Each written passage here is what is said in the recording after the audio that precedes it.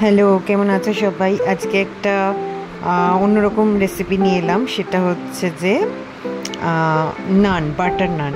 তো তোমরা হয়তো বাটার নান সবাই কিনে খাও, কেউ কেউ হয়তো বানাও। যারা বানাতে পারো না বা কখনো বানাওনি তাদের জন্য আমি নিয়ে এসেছি। তো ডোটা কিভাবে মেখেছি সেটা আমি বলে দিচ্ছি। সেটা আমার ভিডিওটা করা হয়নি। নেক্সট টাইম যদি তোমরা চাও, যদি কমেন্ট সেকশনে লেখো বা ইনবক্স করো, আমি অবশ্যই নেক্সট টাইম সেটা ভিডিও করে দেবো। বাট আমি বলে দিচ্ছি, সেটা হচ্ছে ময়দাটাকে যতটা পরিমাণ তোমার ময়দা লাগবে, ধরো আমি 400 গ্রাম ময়দার করেছি, তার মধ্যে 1.5 চামচ থেকে 2 চামচ মতো খাবার ইস্ট দিতে হবে, অ্যাক্টিভ ইস্ট। তার সাথে চিনি, 1 চামচ থেকে 1.5 চামচ চিনি, মানে যে পরিমাণ চিনি দেবে সেই পরিমাণ ইস্ট দিয়ে ভালো করে মেখে নিয়ে মিশিয়ে নেবে আগে ময়দার সাথে।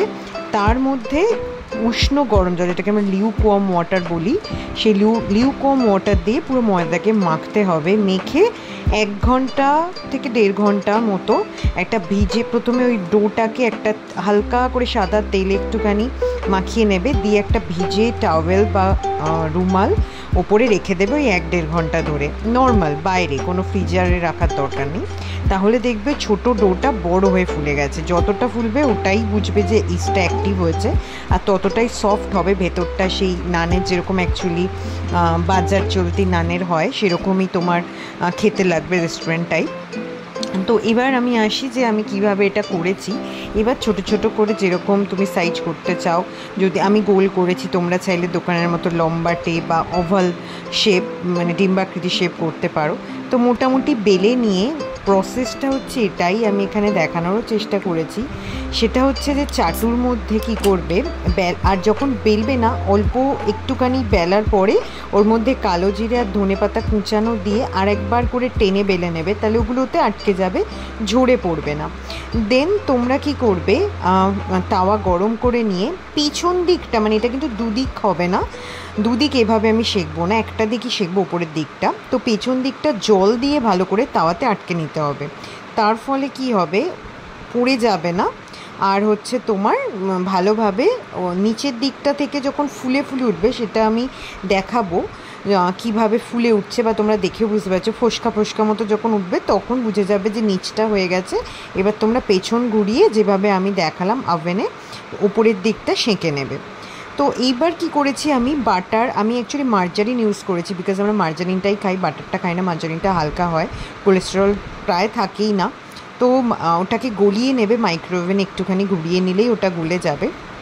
দেন ওই লিকুইড তোমার মার্জারিনটা বা বাটারটা তোমরা এভাবে ছড়িয়ে দিয়ে ভালো করে মাখিয়ে নেবে ওপরের পিঠটাতেই। তো এইভাবে আমি পরপর বানিয়ে নিয়েছি। আর যদি কেউ চাও যে ঠিক কমফোর্টেবল নয়, বা আমি একটা তোমাদের ইচ্ছা করেই দেখিয়েছি, আমি দেখাচ্ছি তোমাদের যে আমি যখন জলটা দিয়েছি তখন জলটা কম পড়েছে বা দিতে পারিনি, আমি জাস্ট সিচুয়েশনটা ক্রিয়েট করেছি। তো দেখবে যে এটা তোমার চাটু থেকে, মানে তাওয়াটা থেকে পড়ে যেতে পারে। তোমরা কি করতে পারো, যারা কমফোর্টেবল নও এইভাবে উল্টে করাতে, তারা কি করবে, যে তোমার ক্যাচারগুলো হয় না, যেগুলো ধরো আমরা ইউজ করি চিকেন তোলার জন্য বা কিছু, ওরকম টাইপের চিমটে বা ক্যাচার দিয়ে তোমরা কিন্তু ধরেও এটাকে সেঁকতে পারো। আর দেখে নাও, তাওয়াতে ধরো নিচের পিঠটা হয়ে এরকম যখন ফুলে ফুলে উঠবে, উপরে ফোসকা ফোসকা উঠবে, তাহলে বুঝতে পারবে যে পেছন দিকটা তোমার রেডি হয়ে গেছে, সেঁকা হয়ে গেছে। আর দেন তোমরা ওভাবে ক্যাচারে করে, চিমটেতে করে ধরেও কিন্তু ওভেনের মধ্যে করতে পারো। আর হ্যাঁ, এটা কিন্তু যখন তোমরা তাওয়াতে বসাচ্ছ একটা পিঠ, তখন সিমে করে দেবে, মানে তখন কিন্তু আঁচটা কম থাকবে। কিন্তু যখন তোমরা ঘুরিয়ে সামনের পিঠটা, যেটা মানে উপরের পিঠটা যেটা আমরা সেঁকবো, তখন কিন্তু অলওয়েজ ফ্লেমটা হাই করে দেবে, কারণ বেশিক্ষণ কিন্তু সেঁকা যাবে না, তাহলে শক্ত হয়ে যাবে। তো সেই জন্য হাই ফ্লেমে একটুখানি ধরেই, যেই দেখবো যে বেশ পুড়ে যাচ্ছে, লাল লাল হয়ে যাচ্ছে, দেন তোমাদের সরিয়ে নিতে হবে। তো এইভাবে যদি তোমরা বাড়িতে করো, আমাকে একবার করে জানাও, ট্রাস্ট মি, তোমরা ভালোবেসে ফেলবে বাইরে থেকে অত টাকা খরচা করে। কারণ একটা নান মিনিমাম, তোমরা যদি বাটার নান বাইরে কেনো, তাহলে মোটামুটি 100 টাকা তো পড়বেই, কম করেও আমি যদি বলি। তো সেক্ষেত্রে কিন্তু তোমরা ভীষণ কম খরচে নিজেদের মনের মতো, ধরো আমি 400 ময়দা মেখেছি, তাতে আমার 9টা লেচি হয়েছে। তো এটা যদি আমি একটু বড় সাইজের আরও বানাতাম তাহলে হয়তো আমার 8টা হতো, একটু ছোট সাইজের বানালে 10-11টা হতো। তো ইট ডিপেন্ডস আপন ইউ, তোমরা ছোট করবে না বড় করবে। কিন্তু এই প্রসেসে যদি তোমরা করো, জাস্ট একটা ইস্ট কিনে বাড়িতে রেখে দেবে। তো একটা ইস্ট মোটামুটি যদি তোমরা হাওয়া না লাগাও তাহলে বছর খানেকও চলে যায়, একটা ছোটো শিশি। তো আমি অ্যামাজন থেকে কিনেছিলাম। তো সেইগুলো যদি তোমরা চাও আমি নেক্সট ভিডিওতে অবশ্যই আপলোড করে দেবো, বা কেউ যদি তোমরা কমেন্ট সেকশানে বলো আমি ফটো প্রোভাইড করে দেবো। তো তোমরা সেই কোম্পানিরও কিনে নিতে পারো, অলওয়েজ অ্যাভেলেবেল থাকে। এছাড়া স্পেন্সার্স বা যে কোনো ধরনের রিলায়েন্স ফুডমার্ট যে কোনো ধরনের তোমার দোকানেও কিন্তু তোমরা ইস্ট আরামসে অ্যাভেলেবেল পাবে। তো দেখো এই যে আমি যেটা বলছিলাম একটু সাইড করে দেখানোর চেষ্টা করেছি, উপরের দিকে ফোসকাগুলো কেমন উঠে আসছে দেখেছো। আর সবথেকে বড় কথা এটা কিন্তু নিচে লেগে যায় না, তো খুন্তি দিয়ে আরামসে নিচটা যেই হয়ে যাবে, এবং প্রথমে খোঁচাবে না, কারণ প্রথমে যদি আমরা নিচটা খুঁচিয়ে দিই তাহলে কিন্তু ওটা পুড়ে যাবে। তো আগে এরকম ফুলে আসার পর কি করব আমরা, উল্টো দিকে করে যখন উপর দিকটা সেঁকা হয়ে যাবে, দেন আমরা তাওয়া থেকে তোলার জন্য হালকা করে খুন্তি দিয়ে তুলে নেব, আরামসে উঠে যাবে। বিকজ আমি শুধু জল দিয়ে লাগিয়েছি, আর এখানে কিন্তু কোনো তেল লাগাবে না। বাটারটা সেজন্যই দেখছো যখন গ্রিস করা হয় তখন অলওয়েজ নামিয়ে নিয়ে ওর উপর গ্রিস করে দেবে, কিন্তু এখানে কিন্তু তেল লাগাবে না, তাহলে কিন্তু পুড়ে যাবে, জিনিসটা আটকে যাবে, চিটে যাবে, তাওয়ার মধ্যে পুড়ে যাবে। আর জলের জন্য যেহেতু জলে জিনিসটা শুকিয়ে যাবে, নিচটা বেশ পোড়া পোড়া আসবে, পুরো একদম দোকানের নানের মতো। আর কিন্তু সহজেই সেই জলটা যেই শুকিয়ে আসবে ওটার নিচটাও রেডি হয়ে যাবে, দেন আরামসে কিন্তু খুন্তি দিয়ে তুলতে পারো। তো দেখো এটা যেমন খুব সুন্দরভাবে ফুলে ফুলে উঠেছে।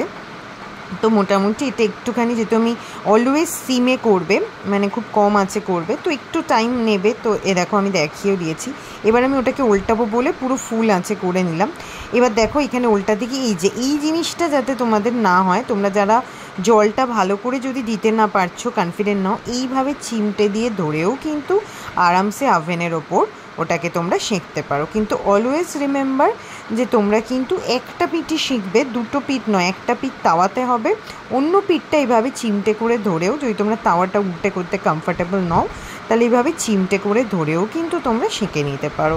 So this is just a alternative option for you.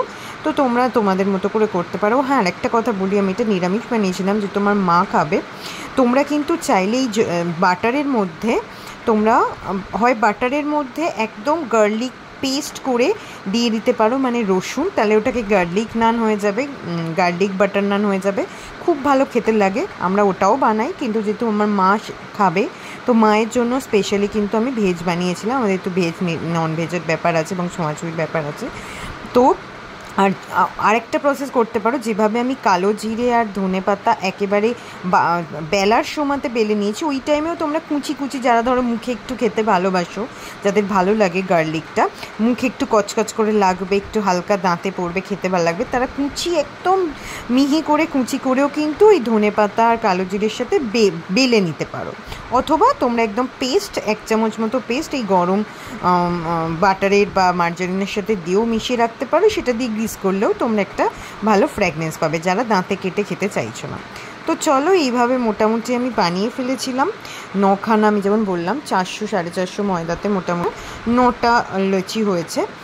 আর হচ্ছে তার সাথে বাড়িতে তো আমাদের যেহেতু মাটন কষাটা ছিল, মাটন মা যেটা করেছিল, বিকজ বুধবার হয়ে আমরা তো অল্প খাই, বৃহস্পতিবার আমাদের ভেজ ডে, তো সেই জন্য শুক্রবার কালকে রাত্রের রান্না। আর সবথেকে বড় কথা বলে রাখি, এই নানটা জামাই ষষ্ঠীর দিন রাতেই করার কথা ছিল, কিন্তু যেহেতু আমরা একটু বেলায় খেয়ে উঠেছি, অত কিছু রান্নাবান্না করতে গিয়ে দেরি হয়েছে, আর রাতে আমরা কেউ সেরকম বাড়িতে কিছু খাইনি, কারণ মাটন এমনিতেই রেড মিট রিচ, তো আমরা সেই জন্য রাত্রিরের ডিনারটা স্কিপ করেছিলাম। তো ওই দিনের নানটা মোটামুটি আমাদের ডিউ ছিল, যেটা আমি কালকে বানিয়েছিলাম ফ্রাইডে নাইটে বাড়িতে আফটার অফিস। বেশিক্ষণ সময় লাগে না, ট্রাস্ট মি। আমার 9:30, আমার কাল ওয়ার্ক ফ্রম হোম ছিল, তো 9:30 কাজ শেষ করে আমি 9:30 থেকে মোটামুটি 10:30টার মধ্যে আরামসে আমার সব কিছু হয়ে গেছে। তবে হ্যাঁ, ময়দাটা আগে মেখে রেখেছিলাম, যেহেতু বললাম যে ওটা একটু স্ট্যান্ডিং টাইম দিতে হয় যাতে ওটা ফুলে ওঠে 1-1.5 ঘন্টা। তবে আমি বেশিক্ষণ দিতে পারিনি, আমি আধা ঘন্টা দিতে পেরেছি। তোমরা প্লিজ 1-1.5 ঘন্টা দেবে, তাহলে এই যে ফোলাটা দেখছো সেটা আরও বেশি ফুলবে, আর ভেতরটা আরও বেশি সফট, পুরো ব্রেডের মতো হবে।